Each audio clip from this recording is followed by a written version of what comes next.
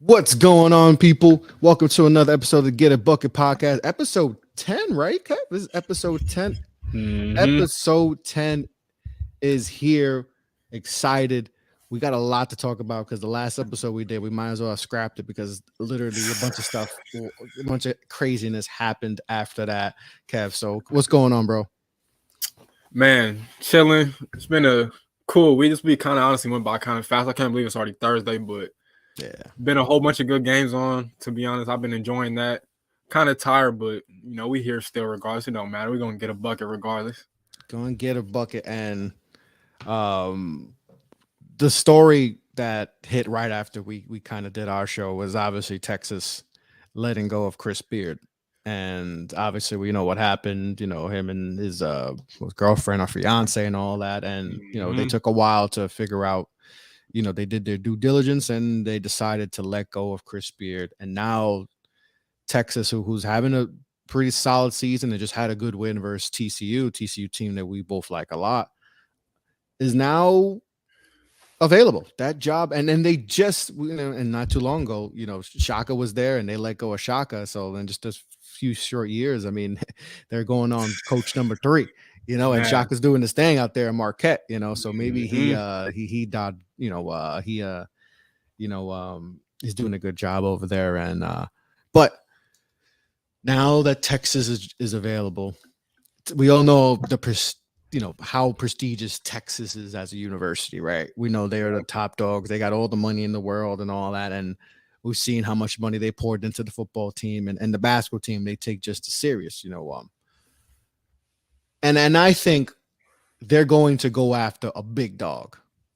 Like, I think they're going after a big name.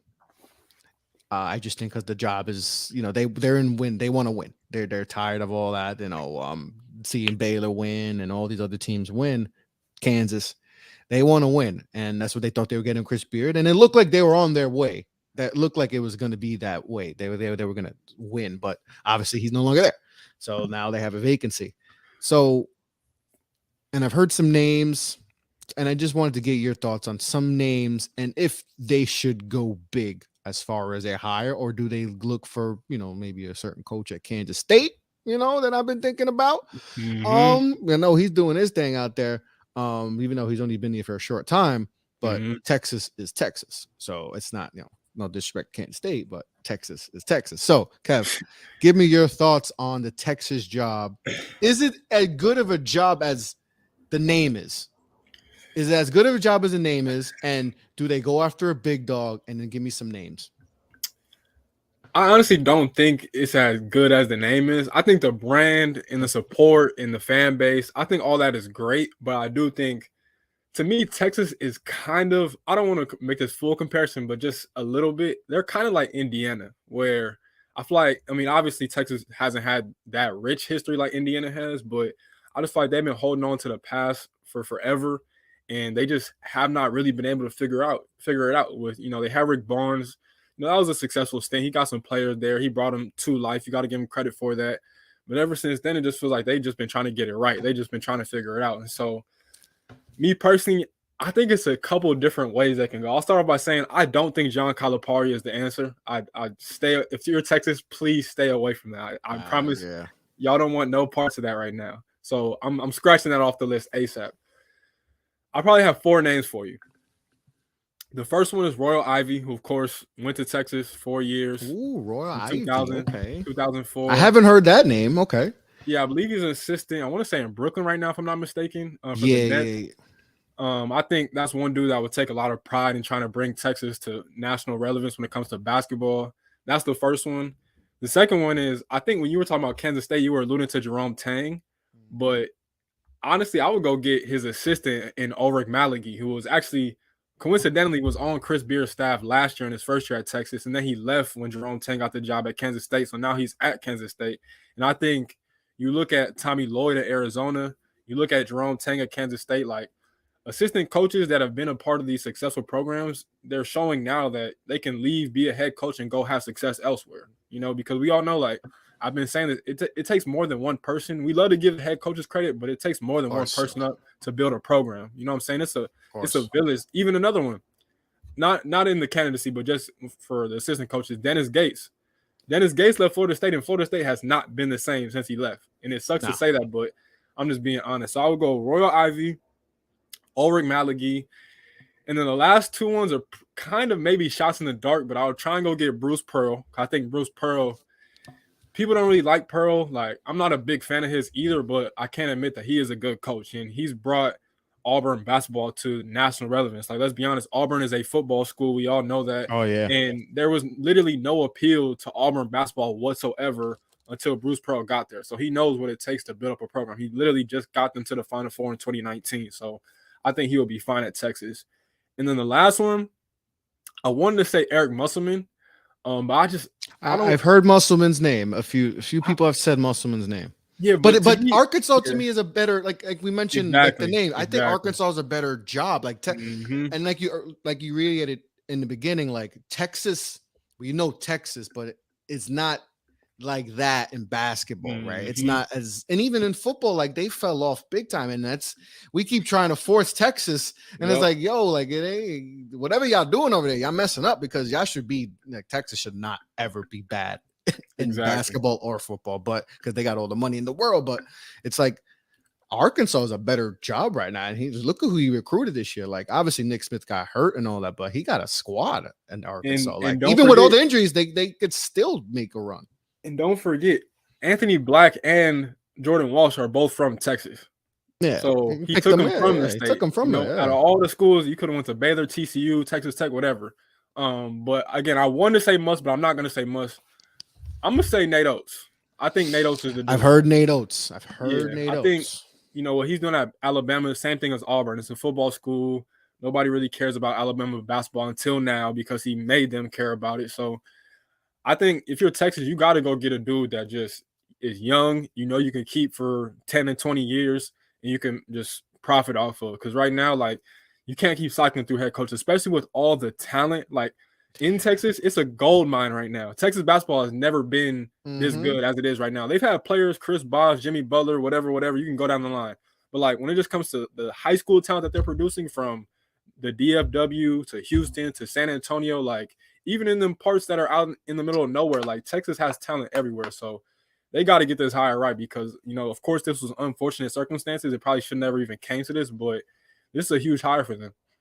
This is a massive hire for him, because, like you said, like, obviously you can't predict what was going to happen with Chris Beard. That's unpredictable. But they just got rid of Shaka not too long ago, and that was supposed to be like the big hire, right? Shaka was the coach that everybody coveted, that small school coach that that was just like, gotta have him. And they went and then he had a lot of ups and downs. He recruited well, but it just didn't work and all that. And maybe they should have gave him a little bit more, because you see what he's doing at Marquette now. Like, he just took down a big dog in UConn. And it's like, but also I can see it like, maybe that's more of his fit being, that's what I was about to say, the pressure, because Texas comes with a lot of pressure and all that. And maybe that was just too much for him. And maybe he does fit in the Marquette in the East Coast and all that, where there's just not as much pressure to have success. Where Texas, if you're not doing anything, if Chris Beard was still there, and in next 2 years he goes 19-11 and 7-12 in the Big 12 or whatever, and they lose in the first round or don't get it, he was going to lose his job. He doesn't have that leeway. So maybe it was best for Shaka Ali, but they got to get this one right. They got to get this one right. That's why I say they're going to go after the big name guys. They're going to go after the big name guys, and Cal should not be there. And I want to talk about, I know we weren't going to mention them, but I want to talk Cal, and that's what I was thinking about. And that's what so Texas, I think, is going to go for a big name. Don't think it's Coach Cal. I know we've been hearing that because it's just what's going on in Kentucky, but let's pivot. Let's go to Kentucky right now.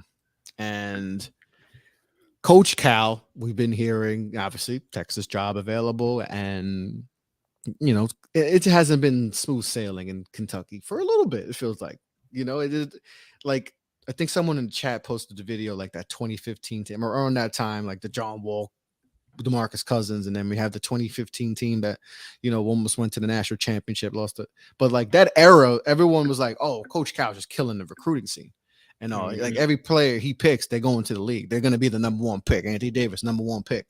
John Wall, number one pick. Top 5 pick here, top 5 pick there.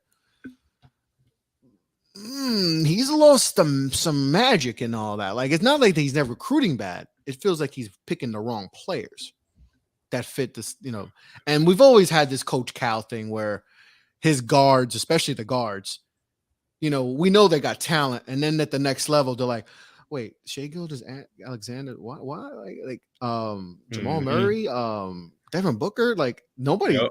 Why? How did Devin Booker go from okay, solid scorer like we saw, but now he's a 30-point game and an all NBA type guy, and it just seems like it's finally coming to it, like where he doesn't have that magic anymore, and he's not getting those guys who are going to the pros and becoming. Like Kason Wallace could be, Yep. that dude, and I think a lot of people like his 2-way ability and all that, and he could be that next guy, but he's kind of been missing out. And Kentucky's not having the greatest season and all that, and it seems like it's just Oscar, like all you can rely on is Oscar right now. Like, and like if that man was not there, Kentucky would be real trouble.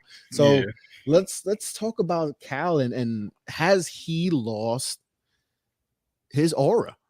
Because not too long ago, like I just said, it was like him, Coach K, like it's like that's it. And like even Coach K saw Coach Cal, what he was doing is like, oh, like is now the route I like. I like to have my 2 to 3 to 4 year guys, but he's recruiting all these NBA players. I gotta step up, and it kind of was a thing throughout the college, and Coach Cal kind of changed that. So has he lost that aura, Kev? Yes, but I'll say this: the main thing with Kentucky that I want all Kentucky fans to listen to nearly and dearly right now. The issue that's going on is what I honestly seen coming like 5 years ago. The problem is think about all the top programs, right? You think about Carolina, what's their staple? Rebounding, giving the ball in the post, big man finishing. You think about Duke, what's your guys' thing? Pressure defense, whatever. Michigan State, we play tough defense, we rebound the ball. When you think of Kentucky, what do we think about? Like you just said, the talent. Mm-hmm. Now, the talent is leveled out. The talent is evolving. It's just as many McDonald's All-Americans and future first-round picks going to Alabama and Arkansas now. Yep. 5 years ago, that wasn't the case. And so, like I said, like I knew this was going to come because the game is only going to get more and more talented. And you're seeing it now with all this parity and balance in the college basketball game. Like everybody has talent. Like the staple of your program cannot be based off of just talent. Like that's the issue with people talking about Kentucky. They always, the first thing that they never bring up defense. They never bring up rebounding. They never bring up transition offense. It's just talent. And yes, talent is great. Don't get it twisted. But again, respectfully, Kason Wallace is good. But I can't guarantee that Kason Wallace is going to get drafted before Brandon Miller or Nick Smith or Anthony Black. Like, yeah, he's probably behind that pack. Exactly. Like 5 years ago, that was not the case. 5 years ago, it was literally all those guys would have been on Kentucky, literally. Yeah. So I'm just like, again, man, I honestly seen this coming because, again, bro, it's so much talent out there now that it's not even funny. Like, it's schools getting 5-star kids nowadays that don't ever get 5-star kids. You know what I'm saying? It's 5-star kids want to go to Missouri nowadays. If I would have said that like 5 years ago, y'all would have called me crazy as hell. Exactly. That's crazy. And just the SEC, listen, the SEC 5 years ago was essentially it's Kentucky, and then like, okay, it's a big drop off. A big, massive drop off. And then like throughout these years, Auburn got better, Tennessee got better. Even, like the SEC is not like we think SEC, we think football, right? We think top to bottom, like SEC hands down, like they just put out, and like in the basketball is always the opposite. It was like, okay, it's Kentucky and that's it.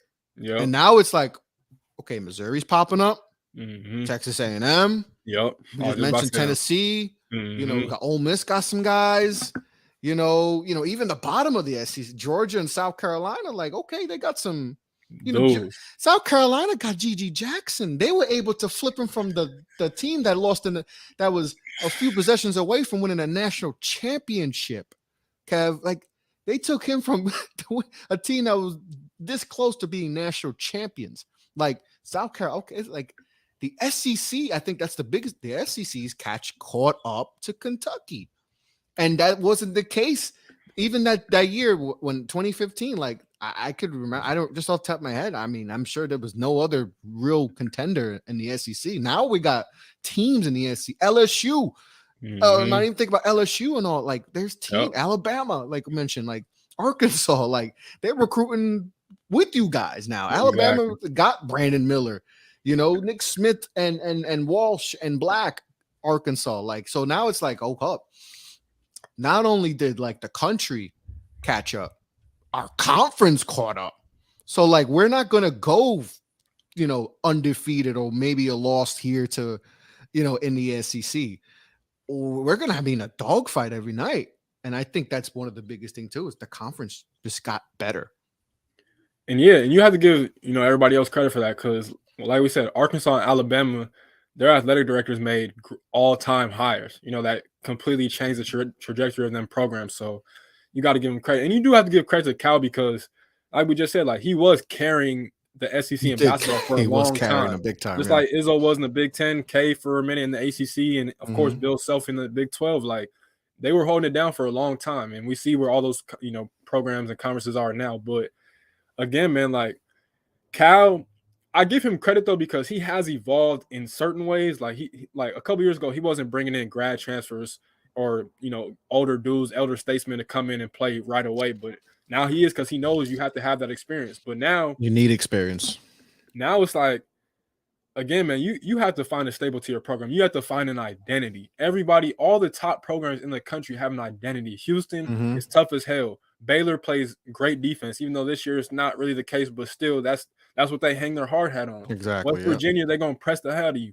When we talk about Kentucky, it's just talent. That's not gonna last forever. It just not because talent evolves. And like I said, the playing field is leveled out and even now. So they got a lot of trouble out there in the bluegrass nation right now. So I doubt they fire him. The buyout's just too big, but That's crazy buyout. they're gonna have to figure it out because Oscar Sheboy was out there talking about, I'll take anybody to play with me right now. If you got to put a walk on right now, put him in the game, which is crazy. But I don't know, man. Like I said, you can't just keep relying on talent, man. Eventually, your coach got to put his best players in a position to succeed. And right now, we're not really seeing that. The offense is very stale. Defensively, they're not really competing.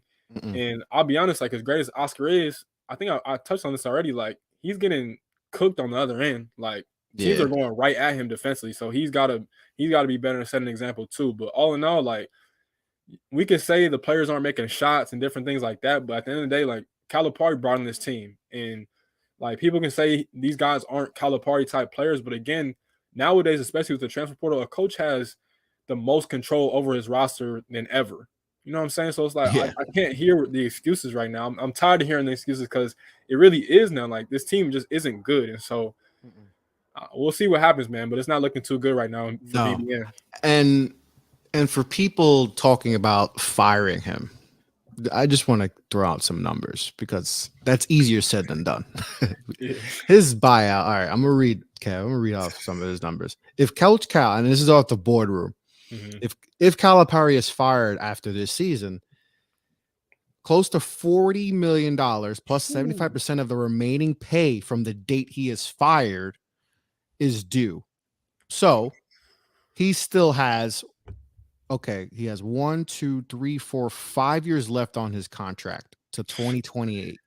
Okay, so if he's fired this year, just if I'm correct, if he's fired this year, he's getting 30, close to 40 mil, and then 75% of that pay off of another, see, 27, 20, 13. I don't know. I can't do the math. I went to JUCO, so I'm gonna have to do the math. So what is that? 27, we got 47 mil, we got 60, let's say $67 million left.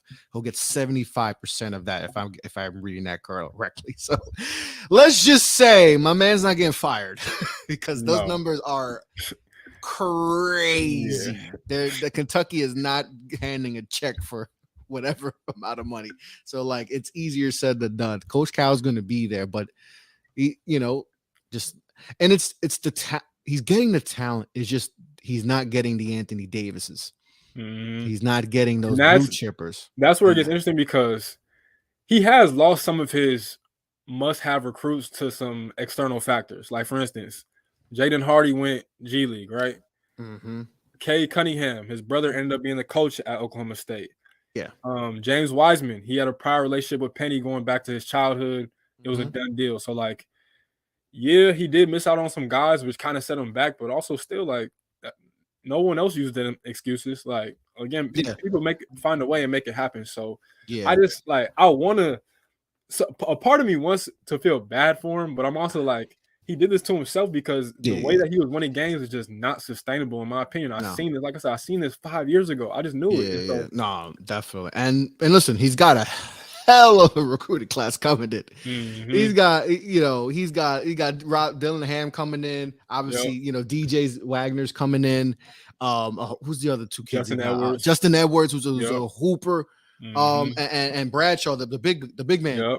that they picked up. So we could be talking about this next year, and it flips because he got those blue chippers. But now we don't know. We don't know how they're going to work in college and how they're going to work together. So that's going to be interesting to see when they get on campus next season. But we could be chilling, and we're talking about Kentucky being back to being Kentucky, Mhm. that we're used to. So it's interesting times in Kentucky. Interesting times in Kentucky for sure. But let's get into our teams. We didn't get to talk about Michigan State and Duke our last pod, but Michigan State's rolling, playing some good ball right now, Kev. Playing some good basketball. They had a good win. Who they beat? Wisconsin Yep. a few nights ago. Good win. So let's talk about Michigan State and then how we feeling about them right now. I love this squad, man. Every time I watch this team play, like I just fall in love with them even more because again, we don't have crazy depth. Like I think we just have a whole bunch of guys that know their role, that Hmm. play their role and excel in their role. And they're not selfish. They don't just play for themselves. Like it's a lot of dudes that are just playing good basketball. And I've been trying to tell people for a long time, I gotta say this. AJ Hogard is that dude. In that Yeah, game against Wisconsin, like hmm. he only had 4 points for like probably like 30 minutes of the game. But that last like 6 to 7 minutes, he literally just took over the game. He had like 6 points. He had a few assists and some big time defensive plays against Chucky Hepburn. Like that dude is different. He's the only guard that I've seen in the Big Ten that outplayed Jalen Pickett. And Jalen Pickett has been amazing for Penn State this year. So Yeah, he's that's been really good this year. so that says a lot about AJ. And so like, Joey Hauser coming back for his extra year has been huge because honestly, like I expected last year, this time last year, I fully expected him to just leave and go continue his career on somewhere else. But he came Hmm. back and I'm appreciative of it because he's been a huge contributor to us. And I've been saying too, Malik Hall has been a hell of an X factor for us too, man. Like that dude, he Hmm. just does everything. Like we put the ball in his hands in crunch time the other day, and he was just making play after play after play, and he's Oh just yeah. a dog, man. So I'm loving where my team is at. I said with this 3 game stretch between Wisconsin the other night, we got Illinois tomorrow night in Champaign, and I think Monday or Sunday I want to say we play Purdue at home. I said we had to go Yeah. 2-3. We got to go 2-3 in the stretch. Like you can lose one, but you need two. You know Got what a I'm nice saying? little stretch here. You got a nice little stretch. You got Illinois on the road, Purdue, Mhm. Rutgers at home, Indiana away, going to playing at Indiana and Iowa. So and then Purdue. I mean, it's a nice little stretch, and I think this is going to be a big test for you guys. But what's been the biggest takeaway off this win streak? What have you seen that obviously some little struggles early in the season, just trying to figure things out. But Mhm. what have you seen in this what do you want 7, 8 in a row? Yeah. In this streak that makes you really feel good about this team going into this little tough stretch potentially in Big Ten play. I think it's two things. The main thing is getting healthy because Jaden Akins is finally starting to look like he's 100% too. He had a play where he laid the ball up for reasons I still don't know, but he was literally about to dunk on somebody like in the Hmm. worst way, but he ended up laying it up at the last second, which I still don't know why he did that. But health, like I said, with Malik Hall coming back, and I think the main thing is that AJ Hogard is looking like that next big time point guard for Michigan State. You know what I'm saying? Like he's stepping into his greatness as a point guard. Like we always, if y'all know us, if you watched our history, like we always have a big time point guard every other year at the least. You know what I'm saying? And he's stepping into that. He's gaining confidence every single game. And so his turnover rate is way down from what it was just a month ago, and he's just playing with an all time confidence, man. That's why I was excited about this team going into the season because our backcourt can keep us in any game. You know what I'm Yep. saying? Just by themselves, and that's not even without mentioning Joey Hauser, Malik Hall, and Marty Sissoko's been playing good too. So So cool. Yeah. He's like I important. said, He's really important. yeah, man. So I just think with AJ just stepping up into that point guard role and that leadership role, especially, it's just taking us to new heights, man. So I'm excited to see how these next couple games play out because, like you said, it's going to tell us a lot about this team. Even if we lose, it's still a proper way to lose games. You know what I'm saying? Like, don't Of get course. blown out. Like, that's all I'll say. So I'm happy with my team right now, man. I can't even lie to you. Yep. And then defense has been solid too. So, got a nice tough stretch of games going in, but Michigan State, always trust Sparty, like we say, always trust Sparty. But let's head on over to my squad, my Duke Blue Devils.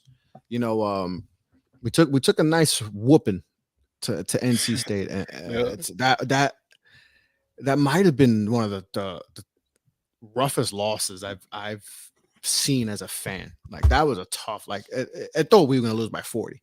No joke. Like I'm like, yo, we did not come to play at all. Defense wasn't there.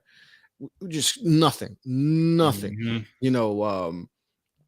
was a rough game. Trevion just went crazy on. I think he had like 25 on us, and Joyner too.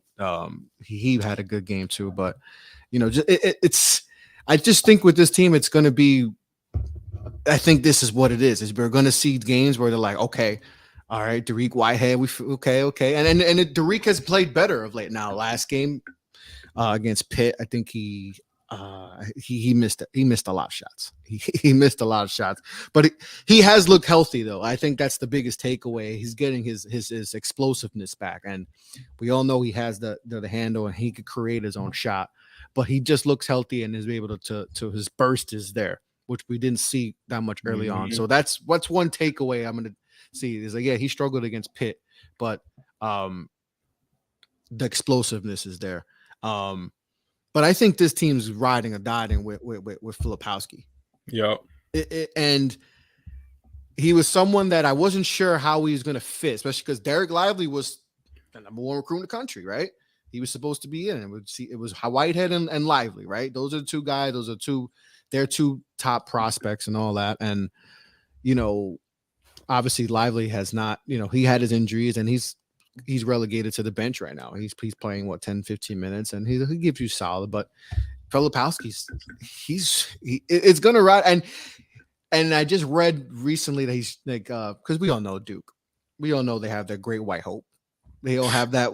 They all have that white guy, whether it's Kyle Singler, whether it's JJ Redick, or it's Bobby Hurley, whether it's Danny Ferry, Greg Paulus, John Shire, JJ. JJ, that's probably the and they haven't really had one like Grayson Allen, right? That was the last one, right? Yep.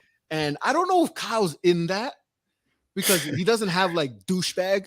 Yeah. Like he doesn't not have yet, that, at least. Yeah. Not yet. He hasn't been seasoned yet, but he might be one and done. So he might not even have time for that because I think right now he is one and done. But embracing that like villain role. But I'm like, I don't like Kyle's doesn't just from when I see he don't have that in him, to be that. But I think it's his team. And if Dariq gets healthier and continues, I think Dariq has the talent to be that guy. But like we talked about, like Kentucky, like a little bit, and Duke hasn't had as much of an issue with that. But like they recruited well as far as who was in this class, but there's no Paolo. Like we talked about this point, there's no Paolo Banchero. Yeah. So I think that's the identity of this team is like, okay. Is Proctor going to do something? Is Mark Mitchell going to do something? Like, who's going to take over at games? Because I think that's the issue is like, we don't have that guy we could give the ball to and just be like, go get a bucket. And I think like Kyle can be that guy. So I think the identity crisis. That's the identity issues that, we want Dariq. We're hoping but like sometimes like last game didn't shoot the ball well. But I think it's Kyle. I think this is Kyle's team. And I think I think they're figuring that out now that, okay, we have to go through Kyle in order to have success this season because Proctor's too inconsistent. Everyone else is way too inconsistent right now. Our grad transfer is inconsistent. It's like Ryan Young actually has been solid, but you can't rely on a guy like Ryan Young, to go through the offense. So, I think this offense has to roll with Kyle. Filipowski and just that's Shire has to just do that. I agree. I think like when it comes to Derek, we gotta I know you understand got like, some takes, and I want you to say it because I know you oh got some man, takes on Derek because Derek, Derek has Mhm, been someone that people say, oh, he's the third guy. Beginning of the season, people like, okay, we know it's mhm, Scoot, we know Wemby.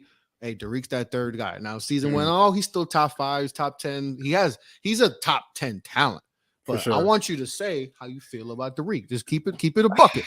So like it's not even that I think he's a bad player by any means. Like I know he's a good player. Trust me. I've watched him enough. I watched him play with Team Durant. I watched him play with Montverde. He's a good player. Mhm. My thing is the way that people talk about him, like he's gonna be a star in the NBA, it's kind of just like let's let's push the brakes real Pump the quickly. brakes. Because I he's get you. good. Pump the brakes. I don't know why I said push. He's good. He's good. Again, I cannot emphasize that enough.